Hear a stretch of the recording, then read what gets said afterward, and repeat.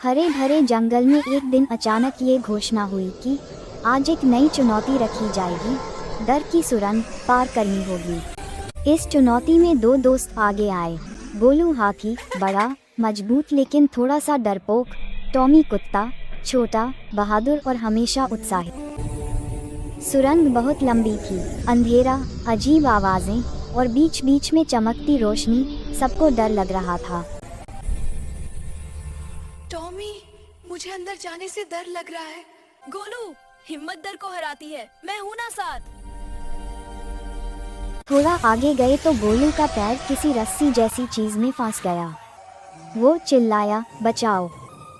Tommy ने तुरंत दांतों से रस्सी का गांठ काटकर कहा, देखा, छोटा होना भी कभी कभी काम आता है। अंत में सुरंग के अंत में एक बड़ा पत्थर गिरा हुआ था। रास्ता बंद। टॉमी ने कोशिश की लेकिन वह हिला भी नहीं। अब मेरी बारी है, देखो मेरा कमाल। उसने पूरी ताकत लगाई और पत्थर को हटाकर रास्ता खोल दिया। दोनों खुश हो। जंगल के राजा ने कहा, टॉमी ने अपनी समझदारी से गोलू की मदद की और गोलू ने अपनी ताकत से टॉमी की। आज ये साबित हुआ कि असली जीत टीम वर्क की होती है। दोनों को जंगल के बहादुर साथी का खिताब मिला। और उसके बाद से जब भी जंगल में कोई मुश्किल आती, सब कहते, गोलू और टॉमी है ना।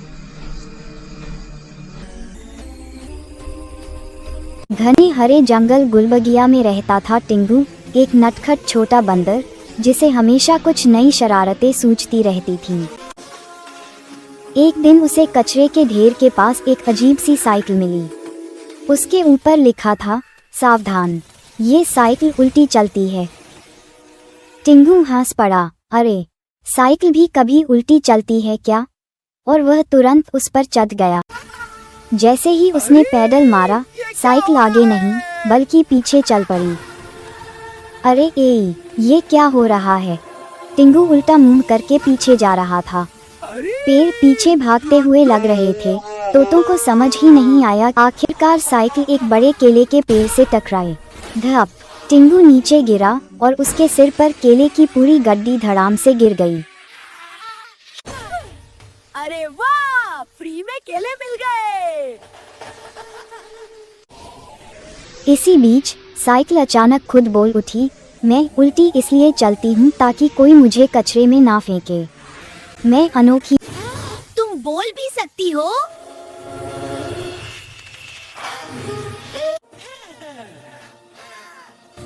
साइकिल बोली, हाँ, और मैं ऐसे बंदरों की तलाश में रहती हूँ जो थोड़े पागल, मतलब बहादुर हों। टिंगू मुस्कुराया। उस दिन से टिंगू और उल्टी चलने वाली साइकिल जंगल भर में घूमते, उल्टी दिशा में लुढ़कते, हंसी ठट्ठा करते और नए नए कारनामे करते घूमते। जंगल वालों ने उनका नाम रखा, उल्टा सीधा जोड़ी, और उन्हें देखकर हर कोई हंसी से लोटपोट हो जाता।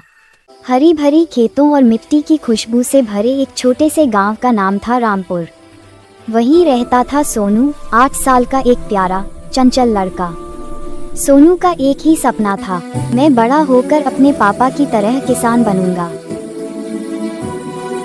हर रोज सूरज निकलने से पहले ही सोनू उठ जाता था। वह अपने पापा के साथ खेतों में जाता, पानी देता, बीज बोना सीखता और मिट्टी को प्यार से थपथपाता। सोनू के पापा कहते थे, बेटा, धरती माँ को जितना प्यार दोगे उतना ही फल देगी। एक दिन अचानक गांव में तेज आंधी और बारिश आई। सोनू के पापा के खेत की आधी फसल गिर गई। पापा परेशान थे, अब घर का खर्च कैसे चलेगा? सोनू उदास होकर बैठ गया, लेकिन उसके मन में एक छोटा सा विचार चमकने लगा। अगली सुबह सोनू ने अपने स्कूल के बगीचे का अधूरा पड़ा हिस्सा देखा। उसे याद आया कि उसकी दादी ने कहा था, छोटा बीज भी बड़ा पेड़ बन सकता है। उसने स्कूल के सर से अनुमति ली और छोटे बच्चों को इकट्ठा किया। सबने मिलकर बगीचे में सब्जियां लगाईं, टमाटर, भिंडी, बैंगन और हरी मिर्च। हर बच्चे को एक पौधा दिया गया जिसकी देखभाल वही करता। 1 महीने में वह पूरा बगीचा हरा भरा हो गया।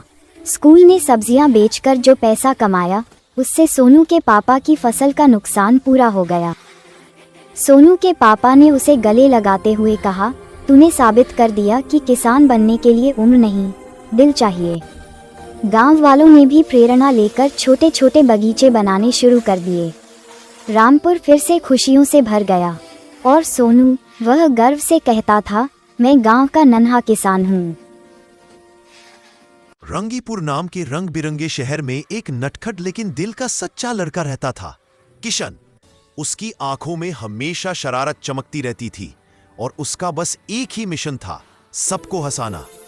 एक सुबह स्कूल जाते समय उसे सड़क किनारे एक चमकता हुआ जादुई डिब्बा मिला। उसमें से नीली गुलाबी चिंगारियां निकल रही थीं। अंदर एक चांदी की जादुई कलम थी जिस पर लिखा था, जो भी बनाओगे वो सच हो जाएगा। किशन ने तुरंत टेस्ट करने की सोची। उसने जमीन पर चॉकलेट का पेड़ बनाया और सचमुच चॉकलेट का असली पेड़ उगाया।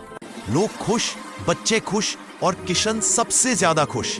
स्कूल पहुंचते ही उसने अपने दोस्तों टिंकू, मिनी और शंभू को कलम के बारे में बताया।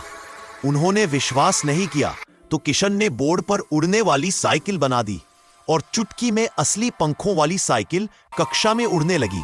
बच्चे हंस हंसकर लिपट और मास्टर जी बेहोश। मस्ती यही नहीं रुकी। मैदान में किशन ने एक हंसता हुआ रोबोट बनाया जो सभी बच्चों को गुदगुदी करने लगा। पूरा स्कूल खिलखिला। लेकिन रोबोट अचानक कंट्रोल से बाहर हो गया। वो पूरे शहर में गुदगुदी बांटते भागने लगा। दुकानदार भाग रहे, दादियां छुप रही थीं, पुलिस वाले हेलमेट संभालते घूम रहे थे। शहर कार्टून बन गया था। किशन समझ गया कि यह मजाक अब ज्यादा बड़ा हो गया है। उसने तुरंत कागज पर एक स्टॉप बटन बनाया। असली बटन रोबोट के सीने पर उभर आया। पिंकू ने कूदकर वो बटन दबाया और पोंग, रोबोट जादुई चमक के साथ गायब हो गया। शहर में फिर शांति लौट आई। सबने किशन की हिम्मत की तारीफ की। किशन ने जादुई कलम एक छोटे लकड़ी के बक्से में बंद किया और कहा, जादू मजेदार है पर जिम्मेदारी उससे भी ज्यादा।